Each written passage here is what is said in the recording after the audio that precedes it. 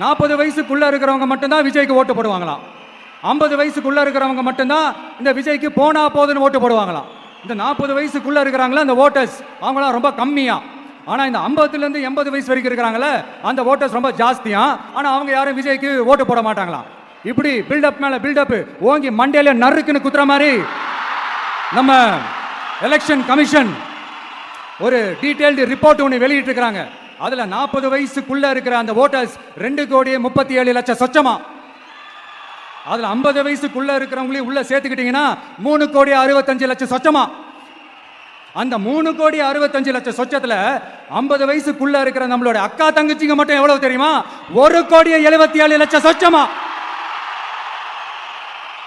எங்கடா போனீங்க கடுப்புல விட்ட கணிப்பாளர்களே? எங்க போனீங்க?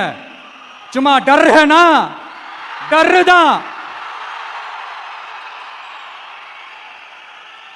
இந்த கடுப்புல விட்ட கணிப்பாளர்களுக்கு ஒரே ஒரு கேள்வி.